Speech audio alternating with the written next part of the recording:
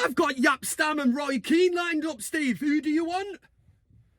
How are we doing, everybody? It's Kev Ashford here, back in the saddle for another Van Cam on the biggest Man United fan channel in the land. This is the United Stand, and I don't know why I've started with such positivity, because I think the news that broke yesterday has absolutely rocked Manchester United. The fact that Rasmus Hojlund, I just didn't see this one coming. Rasmus Hojlund out for 2 to 3 weeks. We will get into that. I've got plenty of stuff to get through as usual, and I'm going to introduce a little bit of a structure to the show.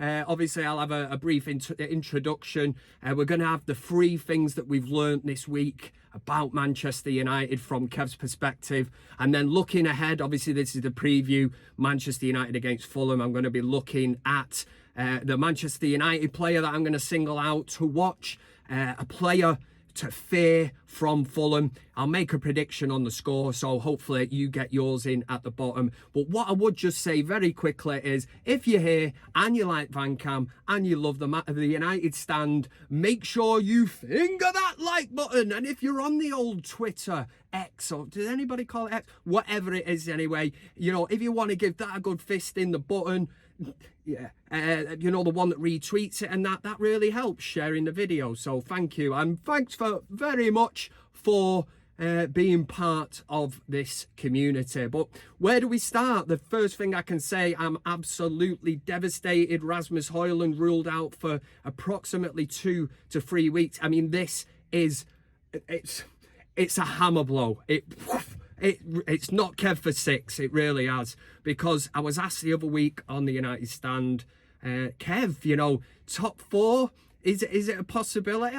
You're damn right it's a possibility. We are making top 4.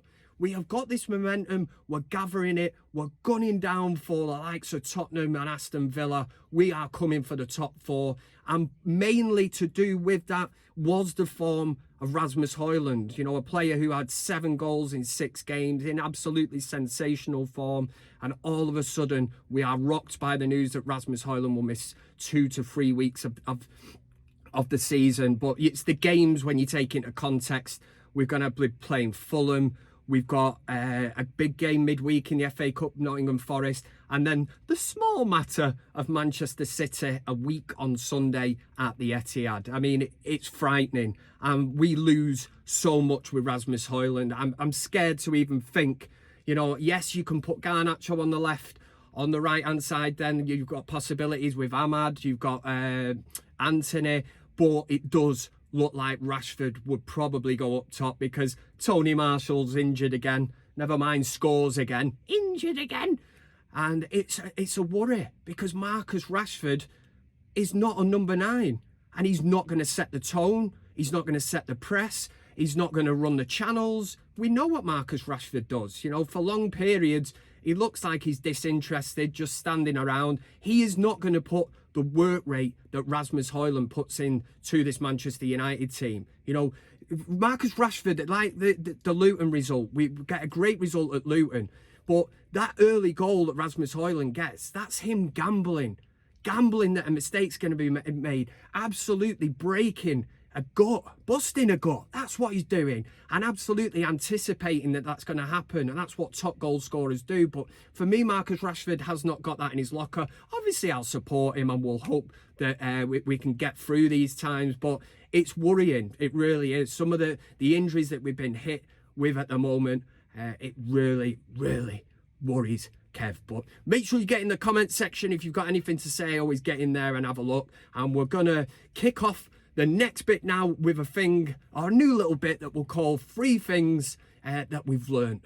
So 3 things that we learned about Manchester United this week. So following Manchester United's win against Luton 2-1, we learned that Kobbie Mainoo is on his way up to the top. And usually I would be quite reserved, and I'd feel that we need to not pin too much hopes and big up these younger players too much. But I think that Kobbie Mainoo absolutely thoroughly deserves it. So for that point, I am putting him in at number 3, and I'm going to say he is on his way to the top. You know, he is 18 years old. He's showing up other players in this team probably for what they really are. And he looks like he's actually been playing football for 18 years at Manchester United. You know, the kind of experience and the calming effect he brings on Manchester United, it's an absolute joy to watch. And playing next to is Casemiro. He can only learn so much from, you know, a player that has won so much in the game. And the only worry about Casemiro at the minute, yellow cards and stuff, he really has to try and get this out of his game. But I suppose he is aging,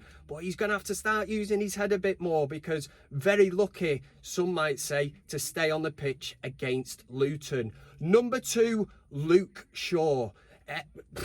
If anything is evident that Manchester United miss Luke Shaw, it's when you see the likes of Victor Lindelof thrown into that left-back position, and it shows you exactly what Luke Shaw brings to Manchester United. It's going to be a huge miss, 2 to 3 months, which could practically rule him out until the end of the season. Luke Shaw brings so much creativity, defensively sound at Manchester United. He will be a huge miss.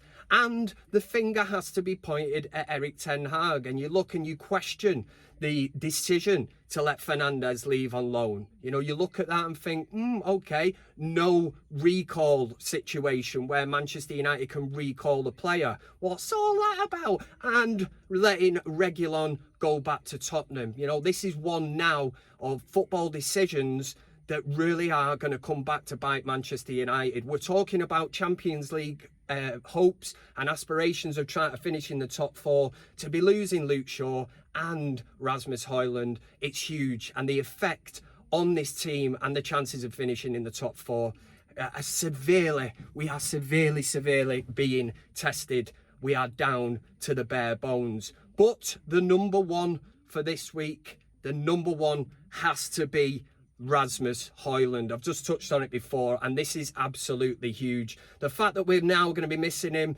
you look at the possibilities that you could actually play up front. As I mentioned earlier, it's looking more and more, I would think that Erik ten Hag will go with Rashford, but there's also a wild card option in there. For you that know the old FPL, the wild card could be Scott McTominay. I know Ricky will absolutely adore me and love me for saying that. He'll be like, yes, Kev, have a bit of that. But is it a possibility? We call it a false 9, whatever. Maybe it could be a tactic that Ten Hag might look at, playing McTominay as a kind of false 9 who can drop into the midfield. But obviously with Fulham coming up, could that be a tactic that Erik ten Hag looks at? Let me know in the comments. That was your 3 things we've learned this week at Manchester United. Okay, and looking ahead to Manchester United against Fulham. It's a cold one here. It's an early start for Kev here in Manchester. But obviously I need to single out a Manchester United player. So one to watch for Manchester United. I've mentioned him quite a bit today, but I'm going to have to go with Kobbie Mainoo. Quite simply because I will never get tired of talking about Kobbie Mainoo, because he's been the one real shining light for me this season. I didn't expect him to have such a big impact as he had on this first team. I think he's been absolutely brilliant, a breath of fresh air. And as I said earlier, I think there's some players around him that are probably looking and thinking in the style of Borat, they're almost thinking, wow, very nice. And he is. He's been absolutely mint, and long may it continue. Now, from the opposition, Fulham.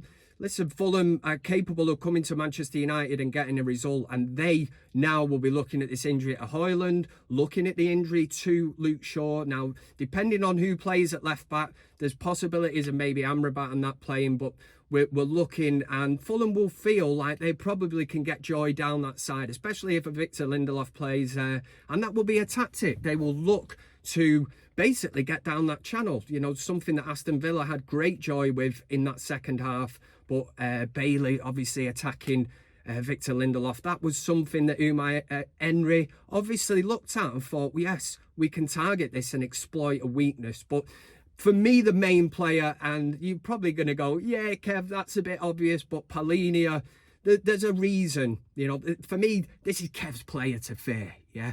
There's a reason that a team a European giant like Bayern Munich. We're chasing Palinia in the summer, and top teams will be back. I wouldn't be, well, obviously Bayern Munich will be back in for him, but there'll be other Premier League clubs because he is Premier League proven, and I would love to see him at Manchester United. I think he'd be an absolute brilliant player. And don't get me wrong, he's not like an out-and-out goal scorer. He's got 3 goals this season for Fulham, but everything positive, everything starts with Palinia. And if you can cut him out the supply, if the likes of Casemiro are on their game and Mainu working in tandem, try and cut this guy out, then you basically stopping Fulham from playing, because now he is just the guy that makes things happen. He will break up the play. He'll play the passes through the lines. He is their engine, and he drives that team forward. He's a proper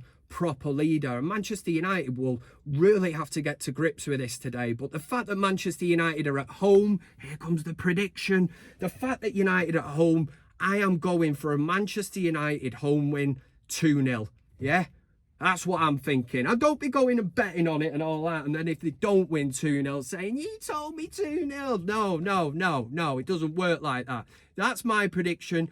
If before kickoff now you're watching and you want to get your score prediction in, get it in the comment section. Right, I need to get back to work before travelling to Old Trafford for the match. But for Manchester United today, listen, we're down to the bare bones, but we need to dip into this squad. Certain players now are going to have to step up and get, some sense of responsibility, because we're so close to getting into this top 4, and it would be such a shame for our season to fall apart. We are not a one-man team, but the Hojlund injury is mega news. That has rocked Old Trafford, and I'm sure a lot of the supporters will be feeling slightly down about this, but hopefully we can get him back soon.